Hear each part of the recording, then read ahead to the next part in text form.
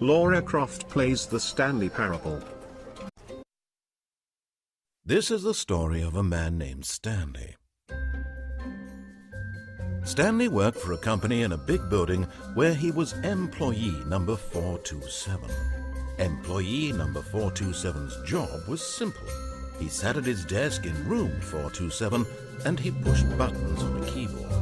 Orders came to him through a monitor on his desk, telling him what buttons to push, how long to push them, and in what order. This is what employee 427 did every day of every month of every year.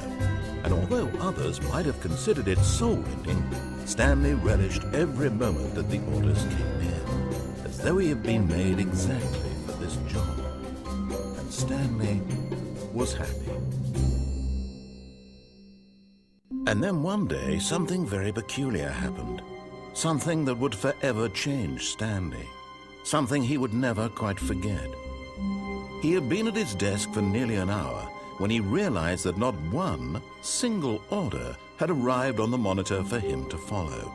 No one had showed up to give him instructions, call a meeting, or even say hi. Never in all his years at the company had this happened, this complete isolation.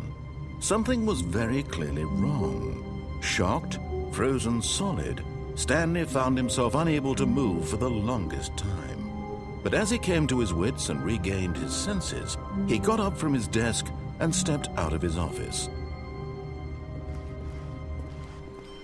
All of his co-workers were gone. What could it mean? Stanley decided to go to the meeting room. Perhaps he had simply missed a memo.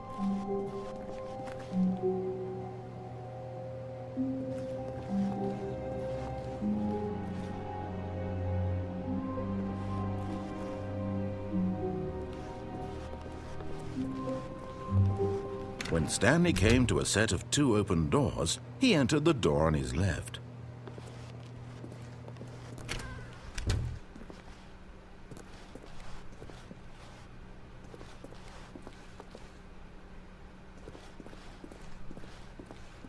Yet there was not a single person here either.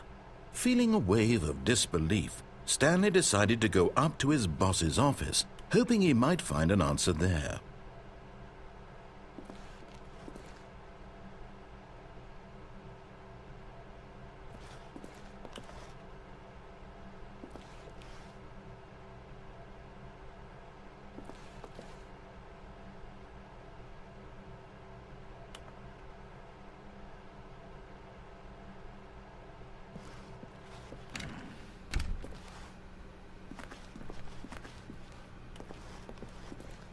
Coming to a staircase, Stanley walked upstairs to his boss's office.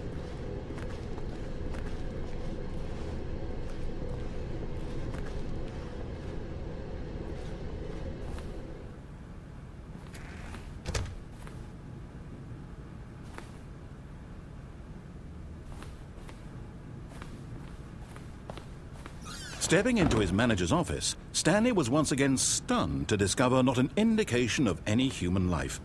Shocked, unraveled, Stanley wondered in disbelief who orchestrated this. What dark secret was being held from him? What he could not have known was that the keypad behind the boss's desk guarded the terrible truth that his boss had been keeping from him. And so the boss had assigned it an extra secret PIN number, 2845. But of course, Stanley couldn't possibly have known this. Yet incredibly, by simply pushing random buttons on the keypad, Stanley happened to input the correct code by sheer luck. Amazing. He stepped into the newly opened passageway.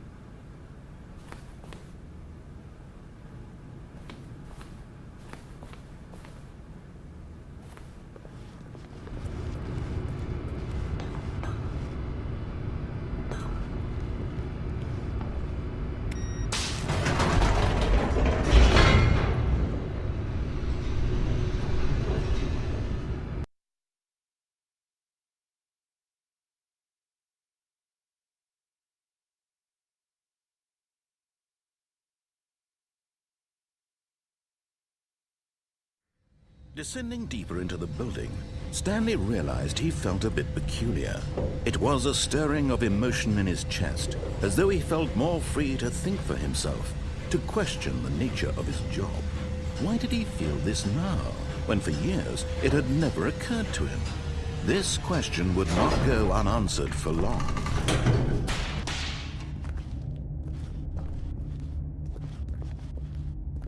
Stanley walked straight ahead through the large door that read Mind Control Facility.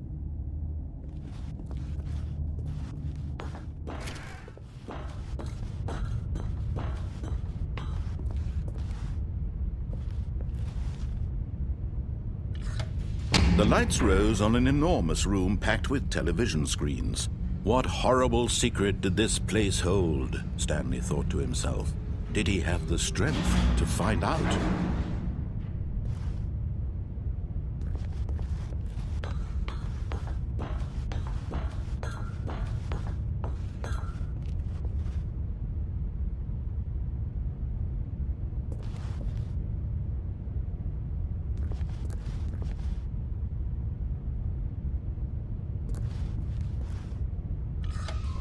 Now the monitors jumped to life, their true nature revealed. Each bore the number of an employee in the building, Stanley's co-workers. The lives of so many individuals reduced to images on a screen, and Stanley, one of them, eternally monitored in this place where freedom meant nothing.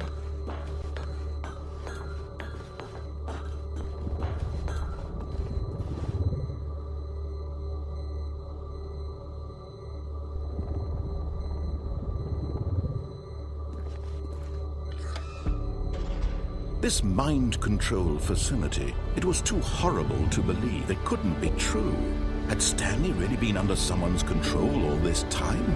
Was this the only reason he was happy with his boring job? That his emotions had been manipulated to accept it blindly? No, he refused to believe it. He couldn't accept it. His own life in someone else's control? Never! It was unthinkable, wasn't it? Was it even possible? Had he truly spent his entire life utterly blind to the world? But here was the proof, the heart of the operation. Controls labeled with emotions, happy or sad or content, walking, eating, working, all of it monitored and commanded from this very place. And as the cold reality of his past began to sink in, Stanley decided that this machinery would never again exert its terrible power over another human life. For he would dismantle the controls once and for all.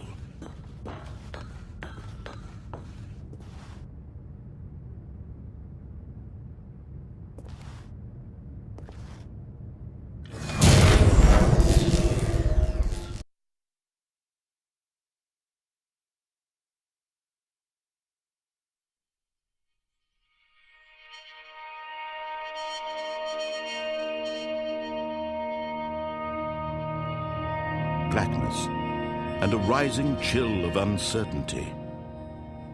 Was it over? Yes! He had won! He had defeated the machine, unshackled himself from someone else's command. Freedom was mere moments away. And yet, even as the immense door slowly opened, Stanley reflected on how many puzzles still lay unsolved. Where had his co-workers gone? How had he been freed from the machine's grasp?